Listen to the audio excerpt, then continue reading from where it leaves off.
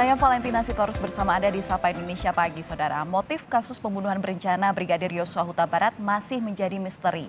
Berkas perkara kasus pembunuhan pun kini telah mendekati rampung atau P21.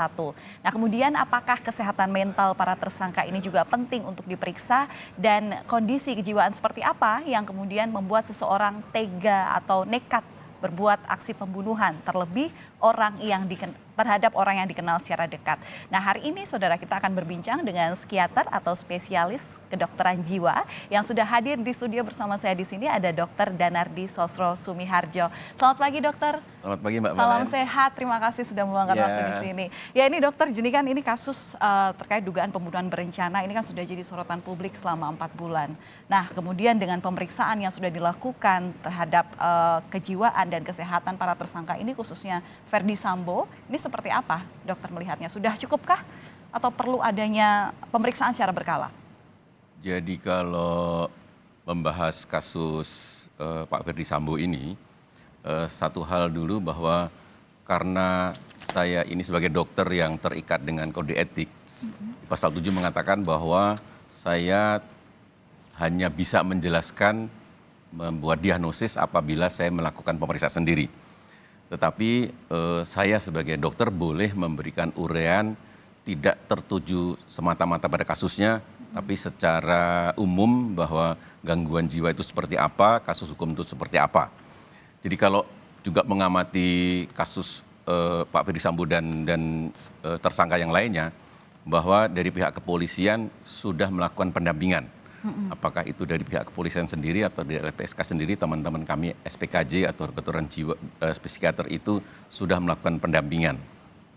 Jadi katakanlah misalnya ada keraguan tentang ada gangguan kesehatan jiwa, tentu itu sudah akan muncul, akan dipermasalahkan.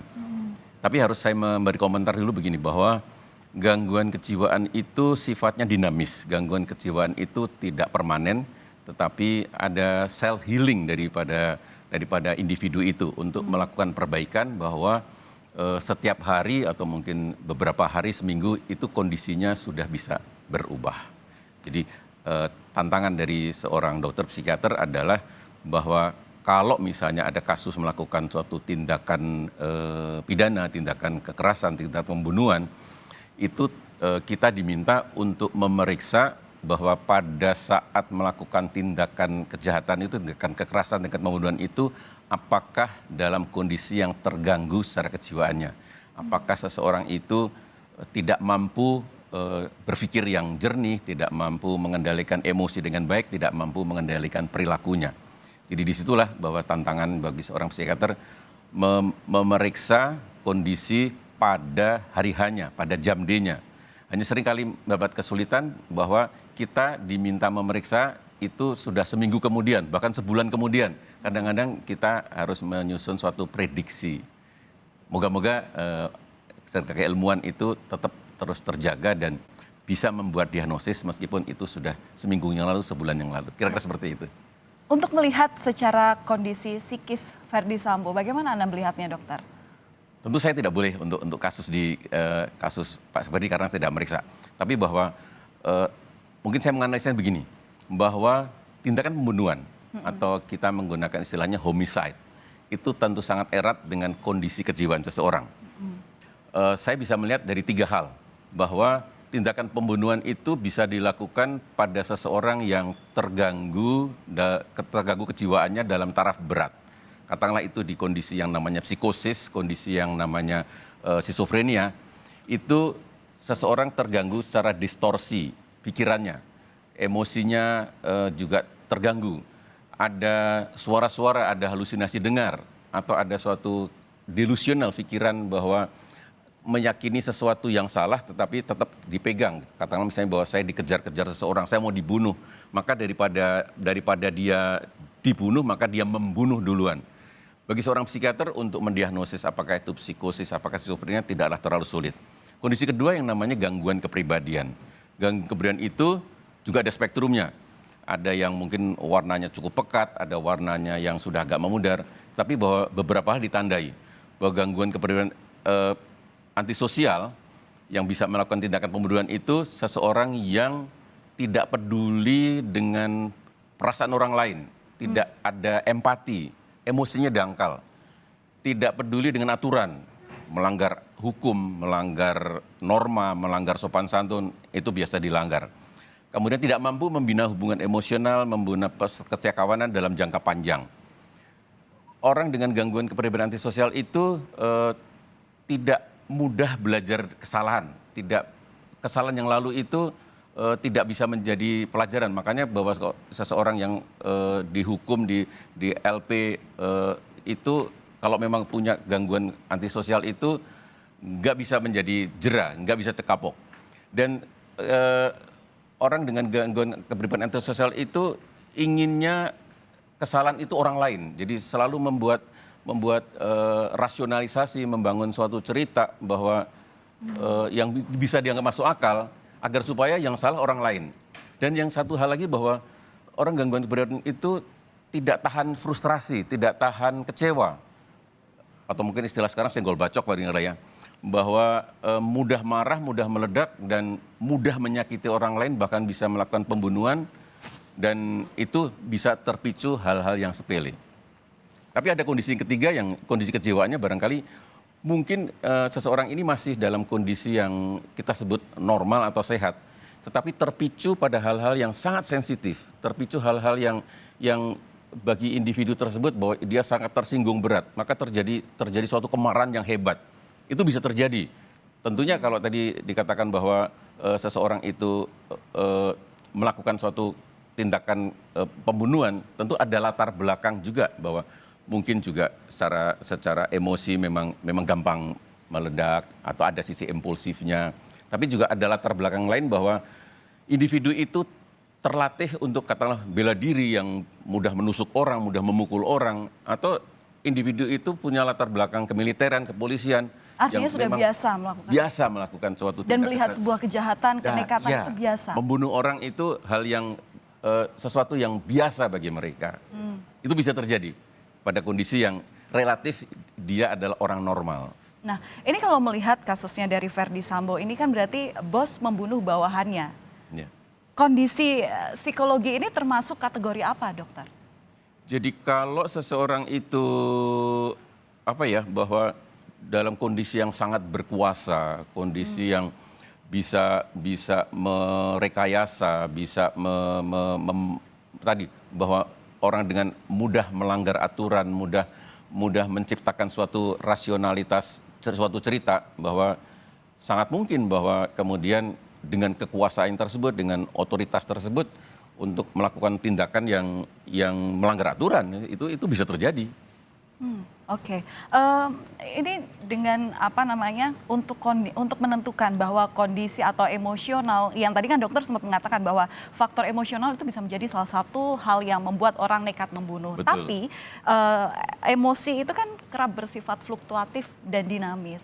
Nah, kemudian apa yang bisa menjadi faktor atau penentu, apa yang menentukan bahwa keadaan seseorang itu mentalnya normal atau tidak normal dan kemudian berbahaya untuk kemudian melakukan pembunuhan itu, dok? Jadi harus melihat dari dua sisi ya.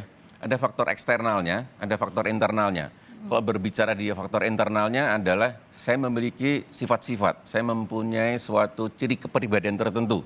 Kalau tadi dikatakan bahwa orang yang mampu membunuh pasti mempunyai ciri kepribadian yang memang emosinya mudah meledak atau mungkin punya ciri impulsif.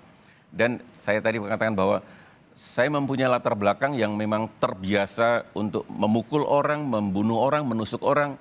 Itu latar belakang yang profesi saya yang memang terbiasa melakukan itu. Kemudian faktor eksternalnya, saya tersakiti, saya dizolimi.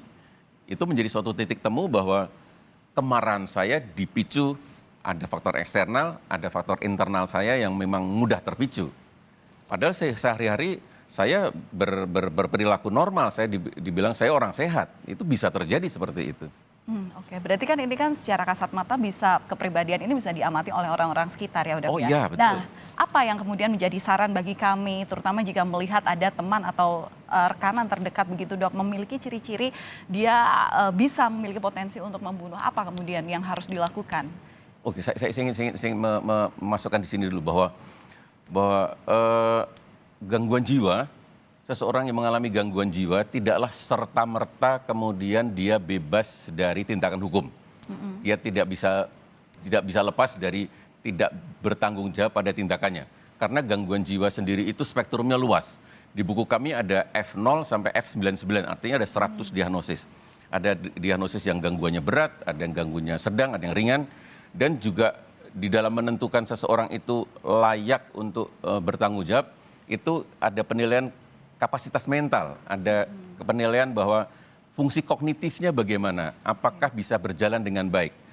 Reality testing ability-nya bagaimana, apakah bisa berpikir rasional, bisa berpikir secara wajar bahwa sesuatu itu memang tidak boleh dilakukan.